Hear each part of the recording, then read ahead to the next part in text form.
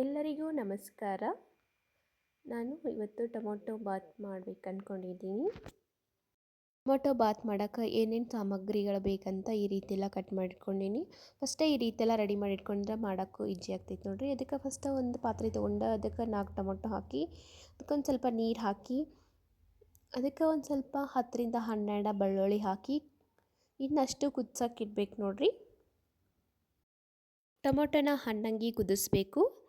ಮೇಲಿನ ಸಿಪ್ಪೆ ಎಲ್ಲ ಬರೋಮಟ್ಟ ಕುದಿಸ್ಬೇಕು. ಈಗ ರೆಡಿಯಾಗಿ ಈಗ ತಣ್ಣೀರು ಹಾಕಿರೋ ಒಂದು ಪಾತ್ರೆಗೆ ಟೊಮೊಟೊ ಎಲ್ಲ ತೆಗೆದು ಪಾತ್ರೆಗೆ ಹಾಕಿ ಮೇಲಿನ ಸಿಪ್ಪೆ ಎಲ್ಲ ತೆಗಿಬೇಕು ನೋಡಿರಿ. ಈ ರೀತಿ ಎಲ್ಲ ಸಿಪ್ಪೆ ತೆಗ್ದನೀಗ ಇನ್ನೊಂದು ಮಿಕ್ಸಿ ಜಾರಿಗೆ ಹಾಕಬೇಕು. ಅಷ್ಟು ಟೊಮೊಟೊ ಎಲ್ಲ ಮಿಕ್ಸಿ ಜಾರಿಗೆ ಹಾಕಿ ಅದರ ಜೊತೆಗೇನ ಬೆಳ್ಳುಳ್ಳಿನ ಕುದಿಸಿವಿ ನೋಡಿರಿ, ಅದನ್ನು ತೊಗೊಂಡು ಅಷ್ಟು ಹಾಕಬೇಕು. ಬೆಳ್ಳುಳ್ಳಿ ಹಾಕಿ ಸಣ್ಣಂಗಿ ರುಬ್ಬಬೇಕು ನೋಡಿರಿ. ಈ ಥರ ಪೇಸ್ಟ್ ಥರ ಆಗಿರ್ಬೇಕು ಅದು.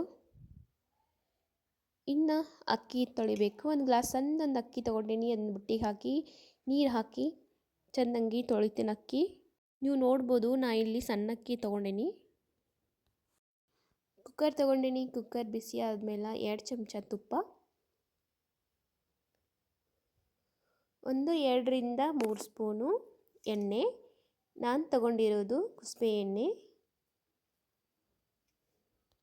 ಈಗ ಹಾಕಿರೋ ಎಣ್ಣೆ ತುಪ್ಪ ಕಾದಿಂದ ಸ್ವಲ್ಪ ಜೀರಿಗೆ, ಸ್ವಲ್ಪ ಸಾಸಿವೆ ಹಾಕಿ ರೆಡಿ ಮಾಡಿ ಇಟ್ಕೊಂಡು ಕರಿಬೇವು, ಅಲ್ಲ ಬೆಳ್ಳುಳ್ಳಿ ಪೇಸ್ಟ್, ಚಕ್ಕಿ, ಲವಂಗ ಇಷ್ಟು ತೊಗೊಂಡಿದ್ದೀನಿ. ಅಷ್ಟು ಹಾಕಿ ಹುರ್ಕೋಬೇಕು.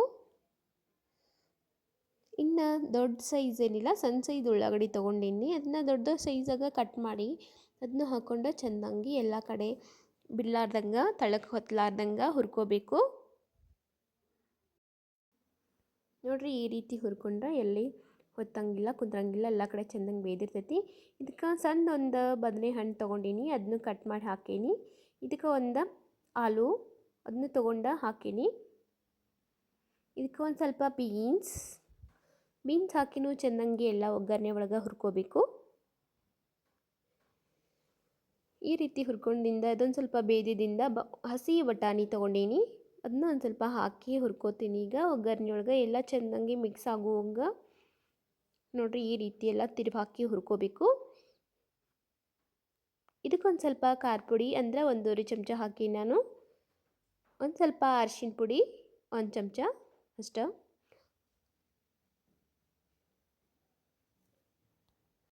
ಧನಿಯಾ ಪುಡಿ ಹಾಕೀನಿ 1 ಚಮಚ.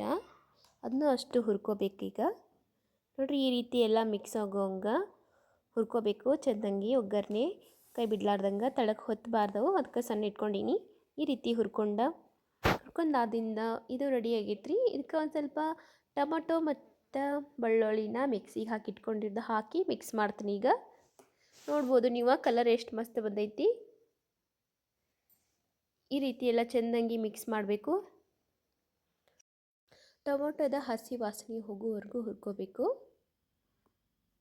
ಈ ರೀತಿ ಇದು ಹಸಿ ವಾಸನೆ ಹೋಗೈತೆ. ಒಂದು ಸ್ವಲ್ಪ ಹೋದಿಂದ ಸಕ್ಕರೆ, ರುಚಿಗೆ ತಕ್ಕಷ್ಟು ಉಪ್ಪು